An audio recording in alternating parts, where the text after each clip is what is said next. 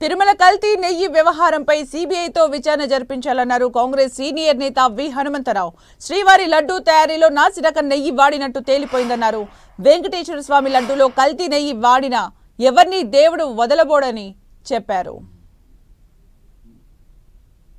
దేవుని దగ్గర కూడా కరప్షన్ ఆరా బాబు.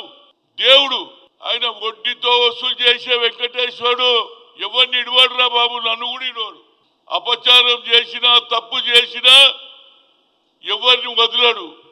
దేవుని లడ్డూలో నెయ్యిలో ఇలాంటి చేయడం ఇంకేమేమి కలిపినో ఆ లెబార్టరీ రిపోర్ట్ వచ్చింది కాబట్టి ఇమీడియట్గా కనుక నా ఉద్దేశంలో ఇది సిబిఐ ఎంక్వైరీ జరగాల్సిందే. కేంద్రం ఇమీడియట్గా నరేంద్ర మోడీ, అమిత్ షా ఇమీడియట్గా you order for CBI enquiry. లేకపోతే భగవంతుడు వెంకటేశ్వర స్వామి పవిత్రకు తీరానికి దెబ్బ పడుతుంది. ఇంత పెద్ద భగవంతుడికి అపచారం జరిగిందని నేను బాధపడుతున్నా.